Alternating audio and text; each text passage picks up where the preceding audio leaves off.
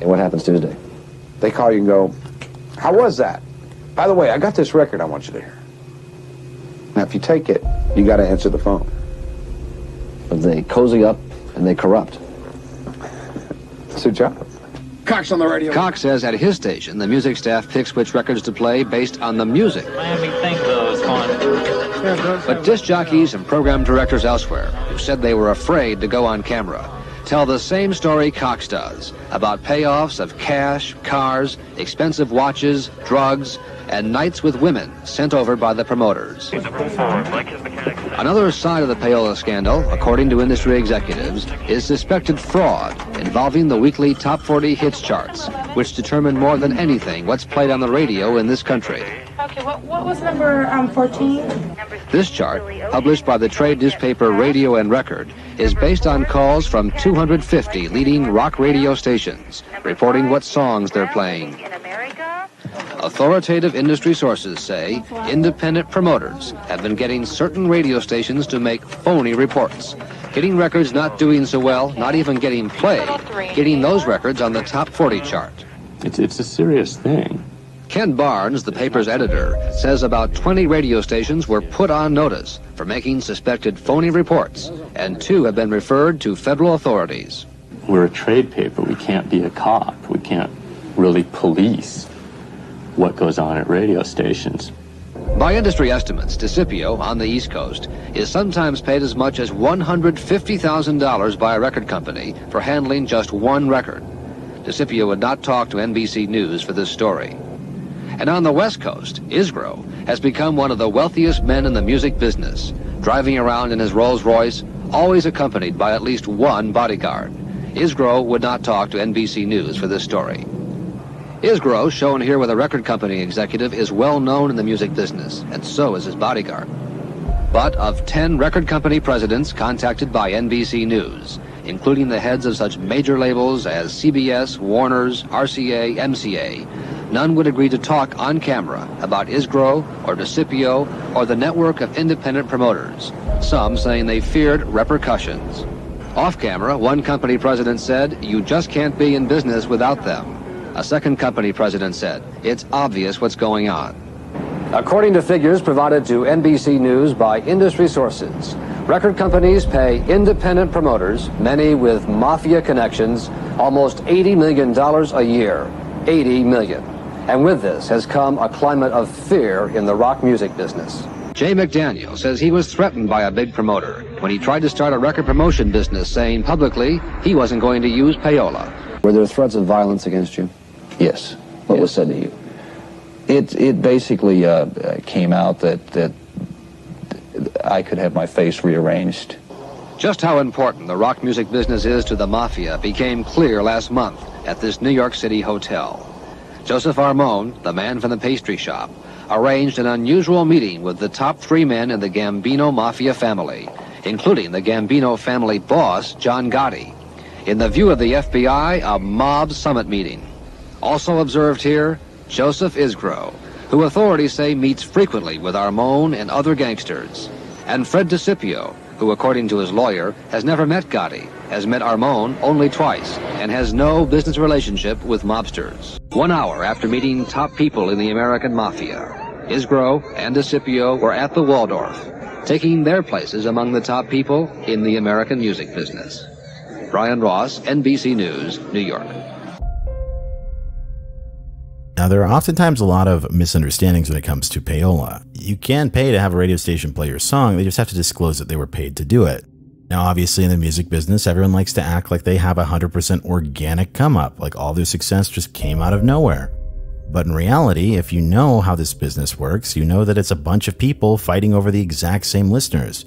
If we are to believe what industry insiders have been saying, payola never went away, and given the fact that 2,500 text messages leaked to Rolling Stone in 2020 seem to show that radio station promoters were actively stuffing playlists with the same songs, going as far as to play the same thing on repeat every 15 minutes to reach chart goals. And then the text later showed that once a song hit a chart position goal, they would swap it out for another song. Not surprising if you ask me. Dare I say it, but it's almost like the charts aren't an accurate reflection of what people are choosing to listen to. It almost seems like a closed system of power where only certain people are allowed to cheat. Notice how when an Indian rapper buys views to break the world record on YouTube, he gets stripped of his title and they change the rules. But when Taylor Swift does it, it's completely okay. Notice how when Jay-Z tries to create an artist-owned platform to challenge Spotify, when he fakes a world record, his company gets investigated for data fraud. But when record companies partnered with YouTube launched Vivo in 2009, Vivo magically becomes the #1 most viewed channel on YouTube, with Lady Gaga's Just Dance magically getting 90 million views in 24 hours at a time when most of the world didn't even have smartphones. Actually, if you're paying attention to this chart here, supposedly this video was uploaded in June. Notice that it gets 0 views that entire time, and then the day before Vivo launches, it gets 90 million views in a day. Vivo hadn't even gone live yet.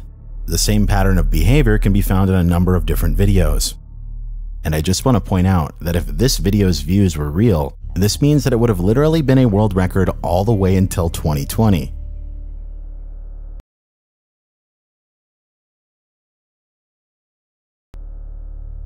You know, just when there's little contests, and this is #1, and this one wins this, and this is the band of the year and the album of the year. Like, says who and why is it a contest? So check this out. Do you mind if I explain it? Please do. Okay. The conversation came up with about the actual album. Like, Warner Brothers was interested if we wanted to bundle it, which is when you include the record like with a ticket, right?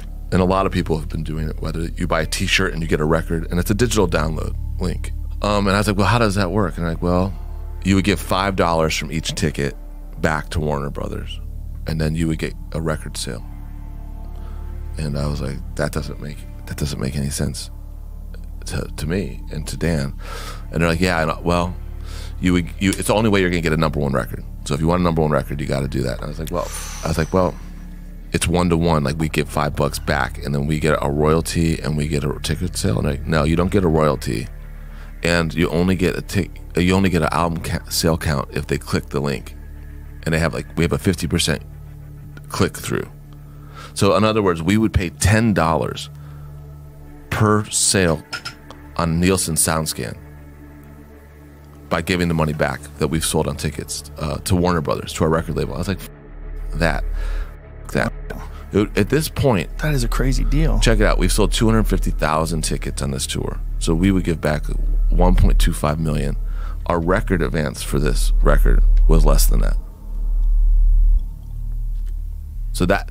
I was like, if Dan and I were just on our own record label, we could give ourselves $5 per ticket and count, and we just take the money from the right hand to the left hand, give you a link, and if you counted it, we get the sale, we keep the money.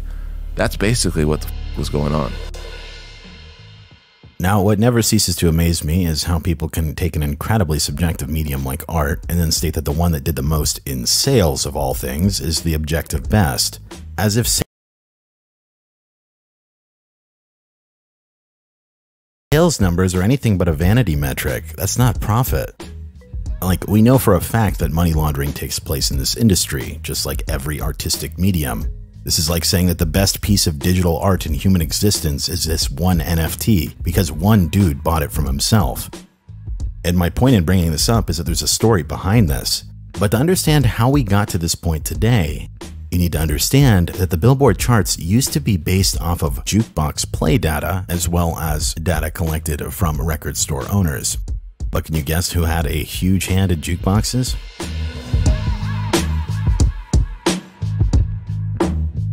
They were all cash payments. They could be placed on every corner. An ideal vehicle at the time to launder money.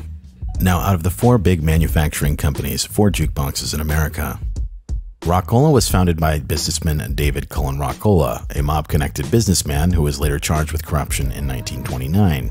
AMI was run by Jake Guzik's son-in-law, Frank Garnett. That was until 1949 when it was taken over by the other infamous mobster, Sam Giancana. Many jukebox manufacturers didn't sell to bars and clubs directly. They were sold instead to regional distribution entities, and these distribution entities would sell to operators of jukebox routes. These operators would collect the cash, they would supply the records for the machines, and they would be responsible for the repairs and needed maintenance. The mafia focused its attention at the distribution level. This gave them control over the machines where the cash was picked up, and it also gave them control over what records went inside the jukeboxes. As the 1950s would